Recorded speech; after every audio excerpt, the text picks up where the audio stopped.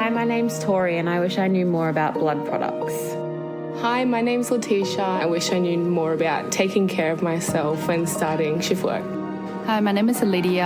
I wish I would know more about how to work as in a team and solve conflict. Hello, welcome to 5 Things, the nursing podcast from the Royal Brisbane and Women's Hospital. My name is Liz Crow.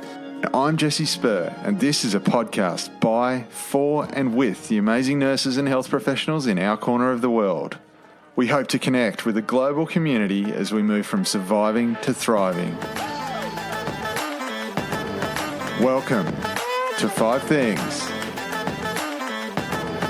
Hello, my name is Liz Crow. And I'm Jesse Spur. Welcome to another episode of 5 Things. And today is very special in that this is part 2 on our deep dive into eating disorders. So on episode 58, we were lucky to have Erin, a psychologist, come and explain to us all about eating disorders. But today we are welcoming Bronte Moroney, who's a clinical nurse who used to work with the Queensland Eating Disorders and is now currently a CN with the consultation and liaison psychiatry team down at Logan Hospital. But today, Bronte, you're going to come and speak to us about 5 things we need to understand about supporting the person with an eating disorder as a patient. Welcome.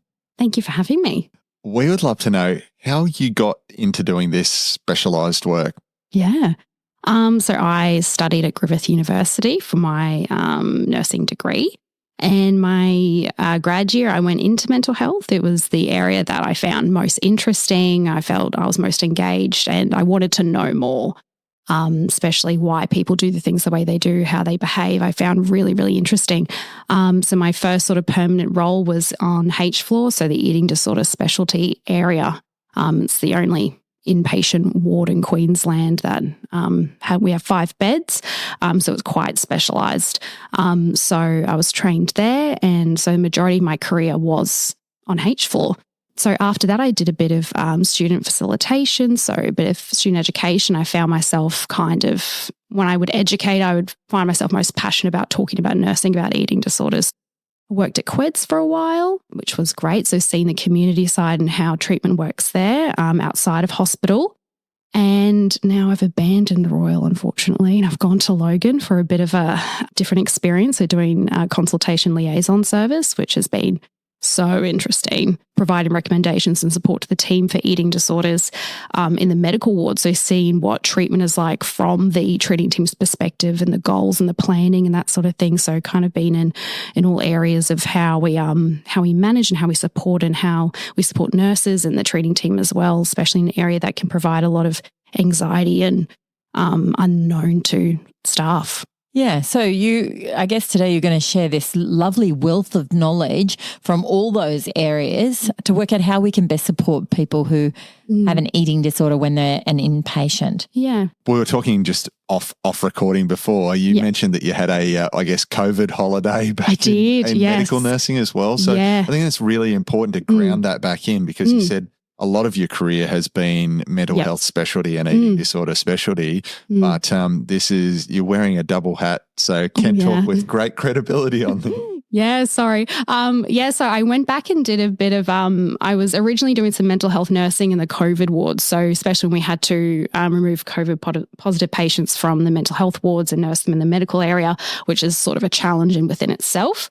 And then decided to, apply for a contract to, start building up my medical nursing skills again and go back into that area. So it was a really nice change. It gave me a bit of more of understanding, especially when we would have patients with eating disorders come over from the medical wards to mental health. And so I can understand a little bit more of their experience and see why, certain things were happening or they felt the way they felt, because medical wards are so busy. It can be a really tough environment. Coming at it from both sides, I think gave me a good appreciation, understanding of how, what medical nurses are under and what they have to deal with on a daily basis. Not that I have a lot of experience, but I did have a bit of time there. Yeah. So you're going to marry that experience for us today, and we're going to work through how we can best support a person with an eating disorder when they're an inpatient, maybe for something else. Yeah. All right. So your number one is understanding eating disorders and the distress for someone who has an eating disorder when meal times come. Yes. So I think especially when I was starting out nursing eating disorders as well, is that I felt as though I felt more capable when I actually understood what an eating disorder was. So understanding the core psychopathology of it. So I just go into a little bit of just definition there. So it's the over-evaluation of shape, weight, and self-worth, and the over-investment in controlling that shape and weight. So it's a severe disturbance in their eating. And it's the persistent restriction energy intake that's leading to that significant lower body weight. And they have that intense fear around weight gain. And there's a large element of control there. Of course, I'm just speaking from a place where, from a treatment, not experience perspective. So every eating disorder is very individualized. So it's going to be different for different people. They may come at it from due to a trauma experience, and this is their coping mechanism, gaining some control back. But an eating disorder is in essence, that's sort of what the basis is. So I think coming at it from if you're not having a good understanding of it, you can sort of come at it from a frustration point of view. So especially because we eat, intuitively, people who don't have an eating disorder, it's not an issue. It's not something that they overly think about. So when someone's coming into hospital, you think, oh, the solution is just to eat. That would solve all their problems. But part of this illness is that it's not logical. It's the fear of losing that illusion of control that's there. So it can be so distressing. So asking someone to just have breakfast or to have a snack or is like kind of asking them to sort of drink poison in a way. So it's going against every thought, every motivation they've had for 95% of their thoughts throughout the day. And it controls every aspect of their life. So everything that they are believing is what they need in that moment. And it's having that disconnect of what the body needs and what the eating disorder is telling them to do. So when you're understanding the distress, I think it's very important to sit down and actually have a conversation with the patient. So the teams are going to be coming in talking about, the nutrition that they need to restore that that medical stability. CL psychiatry are coming in, trying to talk about what was leading up to this admission, trying to develop some sort of an idea around it. But when it comes to that nursing care, you are going to be the most frequent person that's going to be seeing them every day, especially in this journey of hospital, which is anxiety provoking for someone who doesn't have an eating disorder in the first place. And understanding that this isn't just, a choice not to eat, it's the illness there. So sitting down and having that conversation of what is the most distressing part for you? Is it breakfast that you're going to be finding the most challenging? Is it dinner that's the most challenging at the moment? And going over, it may be everything. And being in mental health as well, we'd want to sort of prepare ourselves as best as possible so we can support them. So whether that's utilizing PRN, which I think is quite underutilized, and I think I can sort of draw from experience that it's quite nerve-wracking for medical nurses to plan ahead when it comes to PRN. Usually you'd provide PRN when they are at the heightened state and they're distressed and you think this is the time. Whereas if we're preparing for the distress, which is inevitably going to come because they've told you, like, I don't think I can do this. So you're preemptively preparing to stop that fight or flight response in that moment. So planning, maybe if dinner's the hardest part, maybe give, a low dose of the PRN benzodiazepine at 4:15 and give it half an hour to kick in, and then approach it as though I'm trying to help you be able to deal with this situation as best as you can. And this is how I'm going to be trying to help you in this moment, is providing that. So you're giving us a lot of wonderful content there, and I'm just going to try and embed it in a way we can all remember. So let's imagine that I have an eating disorder, that is anorexia nervosa. Mm-hmm. I've struggled with it for 14 or 15 years. I'm driving along on my way to work and I'm in a terrible car accident, no fault of mine, and I've got a number of orthopedic issues. Mm. I come into hospital and instead of people focusing on the fact that I've got broken bones, everyone's like, oh, she's painfully thin. She's, got a long history of anorexia. We need to make sure that she eats the entire time that she's there. Mm. You're saying like meal times are going to be the most stressful part probably, not the surgery to do with my bones, it's the meals. Yeah. So having a nurse come down and say, okay, what the orthopedic surgeons are saying is you've got to get some nutrition to heal your bones, to heal these wounds. What is the most distressing part of mealtime for you? And if I say, look, breakfast is worse, and once I sort of have a little bit, I can start. But if I do say, actually, everything is really distressing, what you're suggesting is that rather than get into you're going to eat, like I'm going to be watching you every step you're saying, okay, what do you normally do for your distress? Yeah. And so if I say, look, I do regularly have some, benzodiazepine to help, or I play music, or I try to just put little bits on my plate at a time, then that's where the first intervention can come in. Yeah, for sure. Yeah. So they aren't the eating disorder. They have an eating disorder. So I think separating the two is really, really important. So yeah, especially sensory strategies are amazing. So a lot of those grounding techniques that they can do to busy their hands, which ultimately helps busy the mind. Again, it's going to be different for everyone, but pre-planning that, getting the sensory things that they may need. Maybe ice packs are really good at grounding them. That might be one strategy that they use. So what, you hold some ice while you're eating so that the focus is on the ice? Yeah, so even like having like an ice pack, just having that and that sensation of, this is quite cold right now, it kind of helps trip the loop that's on. That's like, don't eat this, I'm going to get fat, don't eat, I'm going to fat. Instead, I'm like, oh my goodness, my legs are so cold. Yeah, it's like a circuit breaker kind of thing. Right. So it kind of helps with that as well. So, and then you're kind of helping yourself and them deal with that really distressing time with the meal. So obviously the meal's going to be distressing. So the language that we use, which we're going to be getting into later, and the conversations that happen are all part of help managing that distress as well. I think this has really led us beautifully to your number 2 point, is what can we do to support the person who has an eating disorder?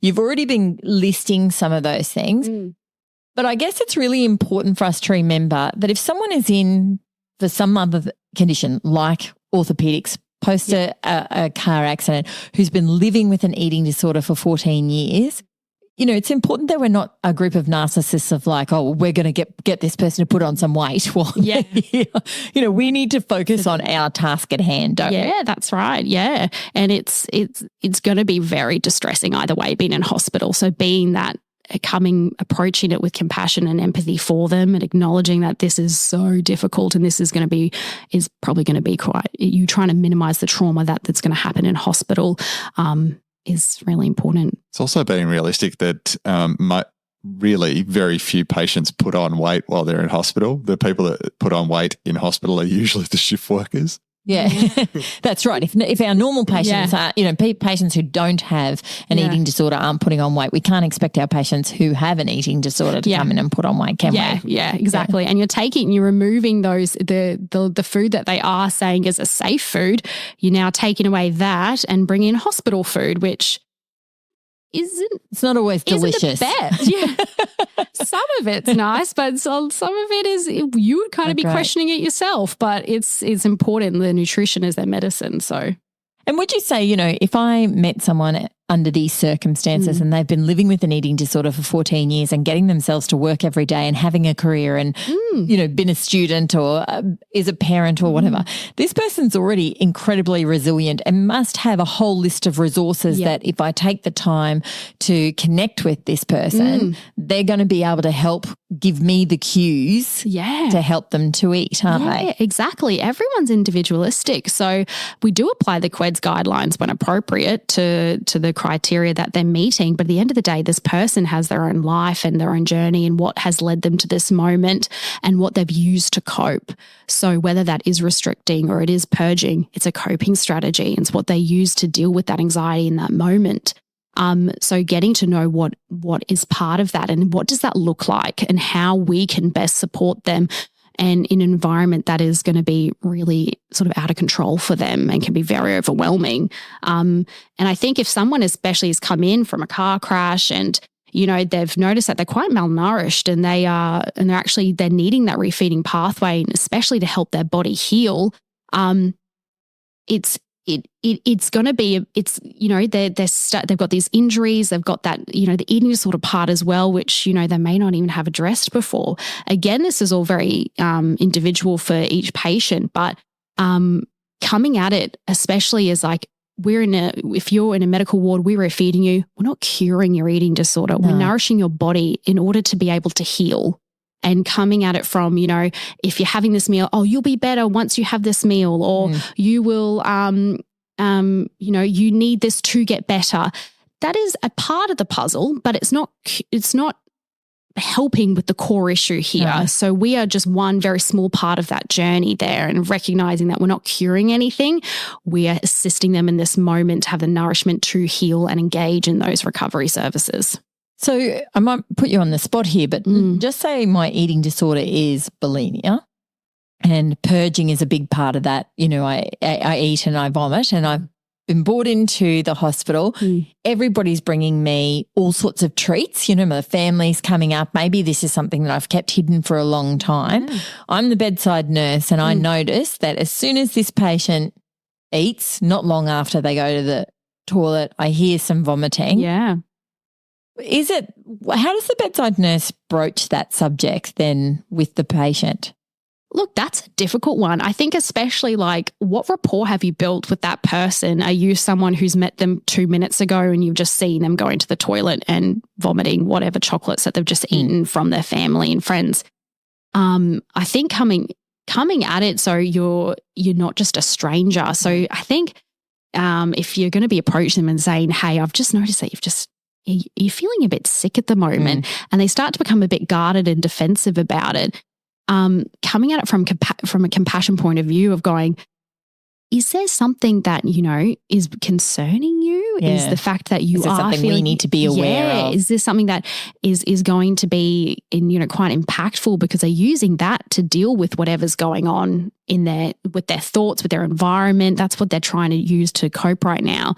And I think talking to the treating team about it, using the supports, and that's why the multidisciplinary team is really important. So looking at their, physical observations, looking at their bloods is seen as something else going on here, and then reaching out to the CL psychiatry service, I think is going to be really vital, because they've got that training and assessment to say, is this something that has recently developed? Is this something that is going to be impacting their everyday life? And would we approach this with a treatment perspective, or would we be alerting their GP or linking them in with some services? So not just sort of dismissing it, but coming at it from, is there something that you want to talk about? Is there something else going on here? Yeah. Even just opening up that conversation, I think, can be really, they may tell you to go away. They may tell you to go away, and that's okay. But I think using that multidisciplinary team is going to be really vital for that conversation. Yeah. I love your number 3. It's kind of rated as one of my all-time points, that we've got to be firm with the eating disorder, but compassionate with the person in front of us, our patient. Yeah. I think as nurses, we get into this career because we're very caring people, and we want to, when we see someone who's distressed, we see a problem, we want to fix it, and we want to console, and we're very caring in nature. And so it kind of goes against what our initial reaction is going to be when someone's really distressed and they're saying they can't do this, they can't have this meal, they can't have this snack, they can't keep this tube in, they can't keep having, and you're seeing that distress, and you want to fix it, and you want to make them feel better. So I can understand the fear and the feeling of being unsure and feeling so you're being almost cruel to the person by continuing with the guidelines and continuing with the pathway and adhering to those standards and the guidelines.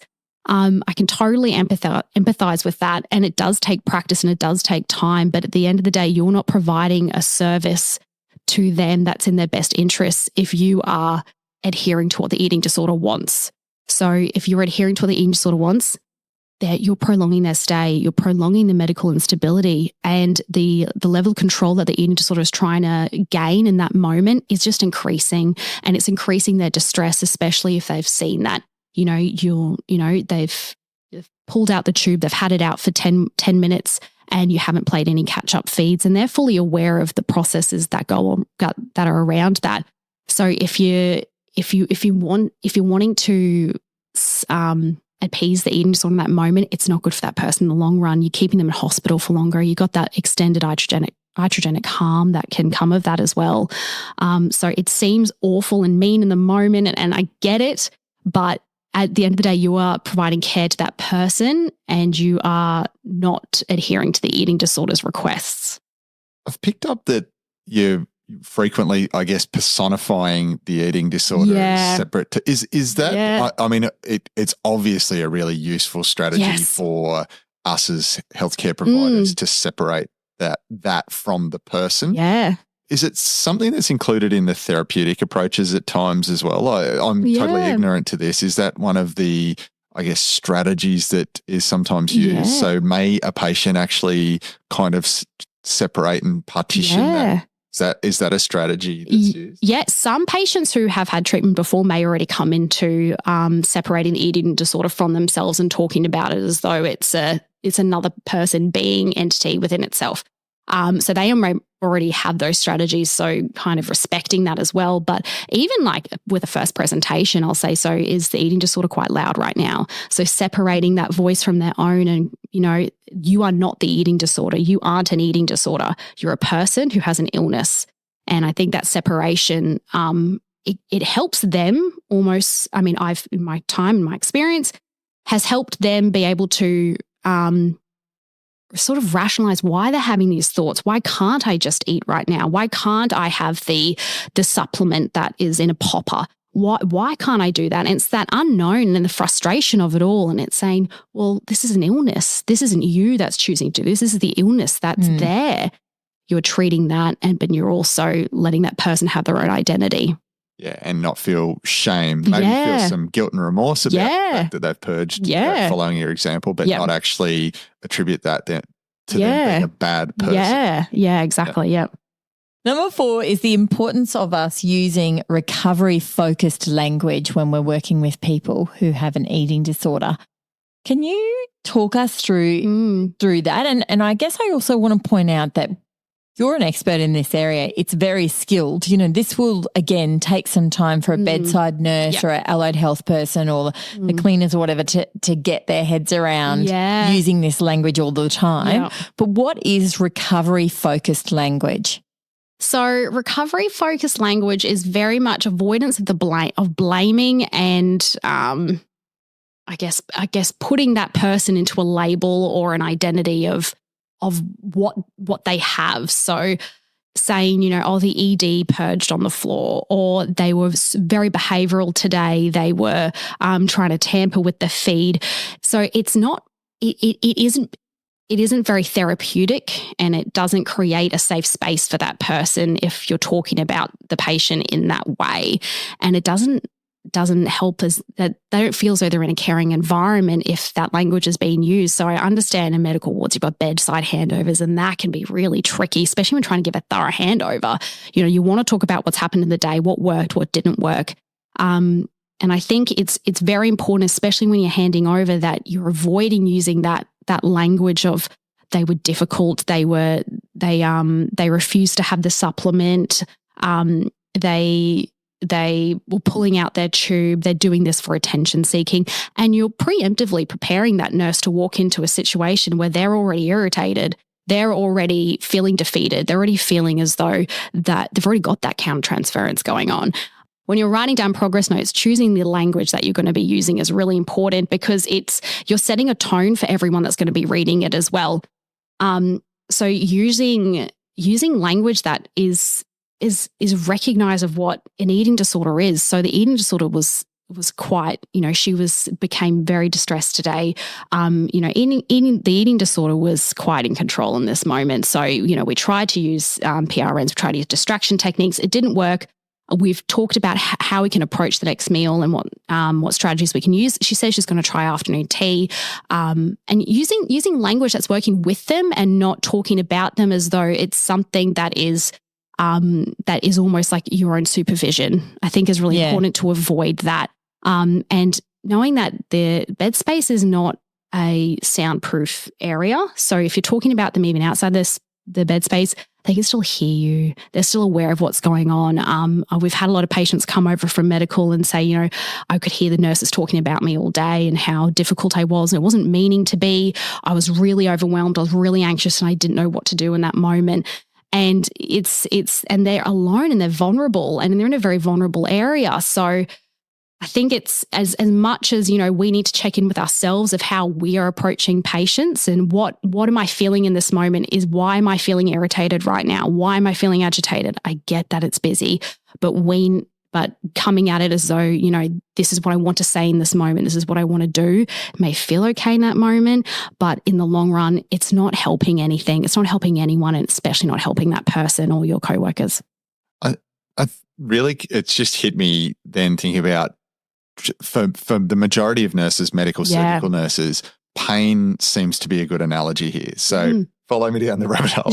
So in terms of a psychosensory phenomenon that's affecting the patient but isn't part of who they are or a conscious decision they're making to have pain and be regulated in their behaviours, affect by pain, we can actually, I think that provides a really good, hopefully a reasonable working model for thinking about, say, an eating disorder where there's going to be mixed components of sensory input, but also thinking about the ladder of interventions that we would use with that, of starting with simple and then moving up that ladder of interventions, multimodal interventions like picking up on what you said about the sensory stuff that actually is more than just distraction therapy. It's actually got a neurological component to it in the disinhibition of cognition because of the high sensory input for your brain. So your brain will selectively channel the sensory information over the cognitive information. So there's a lot of parallels to pain, which I think can hopefully, if you're getting to that point, bloody hell, this is frustrating, you can go, actually, what would I be doing if this was pain rather than eating? Yes, exactly. So if that model especially helps with your approach, that's for sure going to be helpful. But I think, and then also coming back to this person has a starved brain, complex decision making is not in their wheelhouse right now. They are having the emotional instability that's there. I mean, I think we've all been hungry at some point of our shifts, at some point of our lives. The irritation and the emotional dysregulation that can occur from that is quite acute. So if you're having, someone in an environment that is going against their normal thinking and then their normal coping strategies, they're going to have some emotional dysregulation. Their brain is being refed so they can engage and they can use coping strategies and they can, ground themselves so they can have that next meal or snack. So I think, I understand it, the wards can be really demanding, frustrating. And I think what's helped me is reminding myself of like that core psychopathology, what's going on for this person right now. They don't have the capacity to regulate at this stage. So how can we help in this moment? And you may not get it right every time, but I think trying is really important. And so finally, you're bringing us home with your number 5, which is consistency is the key. And I guess the thing that I'm curious to hear you talk about is it's not just consistency with with you and the person who has the eating disorder, but I see this across the board in all sorts of things. It's nurse to nurse. So you can't have one nurse who comes in and is so compassionate. It's like, I can see you really trying. Like, is there something in particular that would tempt you if calories are important at the moment? And then someone come in and go, this is the hospital. Like, you will eat it. I will stand over you with this light in your face. But, just in between each other, some consistency, because if we know that when it comes to someone having an eating disorder, being out of control, being anxious, being afraid are all triggers for making the eating disorder more escalated or prevalent for someone, then not having consistency in an approach is only going to harm and escalate the whole continuum, isn't it? Yeah, for sure. Yeah. So if you're having that conversation prior to the shift, I think it's going to be more predictable for that patient. Whereas if you've got, one shift where you've got the nurse saying, oh, okay, you're really distressed, you don't want to finish the dessert, that's fine. or the jelly or the yogurt or something like that. It's fine. You're then setting up the next nurse to then say, well, I am adhering to the meal plan and you have to eat this. And it's inevitably creating that split in the staff where some staff are like, I don't care, whatever. And you got some staff that are like, well, no, they need, you wouldn't give someone half an antibiotic, you'd give someone a whole antibiotic. That's doesn't make any sense for their treatment not to have that whole medication, just like the nutrition is their medication. So treating it as though it's not just food, it's this person is getting that nourishment and the medication that they need, and having that approach and just, to having those conversations with staff and saying, we get, some staff might be burnt out. Maybe someone else can take over today and, uphold and be able to be there emotionally for that patient, because that predictability in that environment is very, very important, because you've got an eating disorder that's trying to take control of every single aspect of what's going in and what's going out. And if there is that room there, they're going to, that eating disorder is going to try to look for control in other areas. Whereas if it's got that predictability and that standard of, no, we have to do, this is the choice you have right now. You can finish the meal, you can have the supplement, or if it's too hard, we can do this NG if you need. And if that's consistent, it sounds like it's sort of counterintuitive because they are becoming distressed, but it's that standard. It's the this environment is out of control, but what we're going to be able to control right now is we're adhering to the guidelines. And again, it's I can understand with medical nursing and you want to try to appease the person in that moment, but you're not doing any good for them in the long run. It's just harming them more in the short term. And it's been consistent with trauma-informed care principles exactly, as well. Yeah. You're providing choice. Yeah. You're providing 3 choices in your example that you gave, which is really important. Yeah. But one of those choices isn't one that's actually allowing continued harm. Yes, to the person. Exactly. Yeah. And I think also just a strategy that I've used, I know might be a little bit off topic, but just a strategy that I've found, especially in those heightened states of distress when it comes to if they're saying, I just can't finish it, I can't do it, I can't supplement, I can't have any of this, is saying, look, I understand this must be so hard for you at the moment, but these are the options that we have and you can control the outcome of what's going to happen right now. So we can either finish the meal that we have right now, you can finish the supplement if that seems easier, or if it's too much of a choice, we can make the choice for you and do the NG feed. So giving them, even though in a very uncontrollable environment, giving them that availability of control. So giving them those choices is actually very empowering, and it can also be quite grounding because you're trying to focus their mind. They're thinking of a million different things at this moment, trying to bring them back to the conversation, holding them in that moment of which area are we going to be going into today? And this is up to you, and this is how it's going to be for the day. Great. Yeah. All right. So let's try and summarize all this complexity with the patient who is with us who has an eating disorder.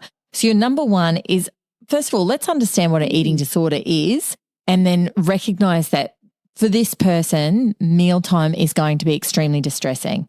So I guess in summarizing eating disorders, it's that someone really is over-evaluating their weight, their shape, and they have a persistent fear of gaining weight. And all of that can, for some people, dominate their entire lives. And no, that's not logical, but that is part of what having an eating disorder is. There's a disconnection from what the body needs physically for nutrition and what the eating disorder requires. And that for anyone who has had an eating disorder or is continuing to fight with an eating disorder, meal times are a nightmare. That's what I've heard loud and clear. And that instead of allowing that to just become an issue each time, what would be really helpful is having a plan. So having a plan, giving some choice, you've been living with this for a long time. And if you need some PRN, we're going to give it to you, and we're going to give it to you far enough in advance in the meal that hopefully it helps. Your number 2 is, what can health professionals do to support a patient with an eating disorder? And I heard here it's relationship. Being respectful that this person has potentially been living with an eating disorder for a long time, what helps, what doesn't help, knowing that if someone says nothing helps, then we still have to come back and say, this is the protocol, this is what we're going to do, these are the areas of choice. but there's this huge complexity around this illness, and that's what it is. It absolutely is an illness. And what we want to do is reduce shame, because we don't want people hiding and doing things behind our back. We want to at least keep the dialogue as open as possible, and the only way we're going to do that is if we take the time to build the relationship. Number 3 is be firm with the eating disorder, be compassionate with the person who has the eating disorder. And sometimes these people, because the eating disorder is very strong within them, is so distressed by the fact that we're requesting, not even requesting, we're telling them that they have to eat, that it can feel very cruel. And I think you use the word torturous, like it can feel as the nurse, bedside nurse, that you're torturing this person. What we've got to remember is that if someone was saying to us, I can't have this antibiotic, we would have to find a way to give the antibiotic. And for this person, food is the medication. It's part of the treatment plan. And so we always want to be able to separate the person from this illness. So we wouldn't say to someone who's lost all their hair from a cancer treatment, you've deliberately lost your hair. We're recognizing that that's cancer. And I guess part of this compassion is seeing that this eating disorder has a hold of this person so strongly, just like any other disease that can do, and it is life-threatening. Number 4, use recovery-focused language at all times. And that is not just oral, and it's not just with the patient.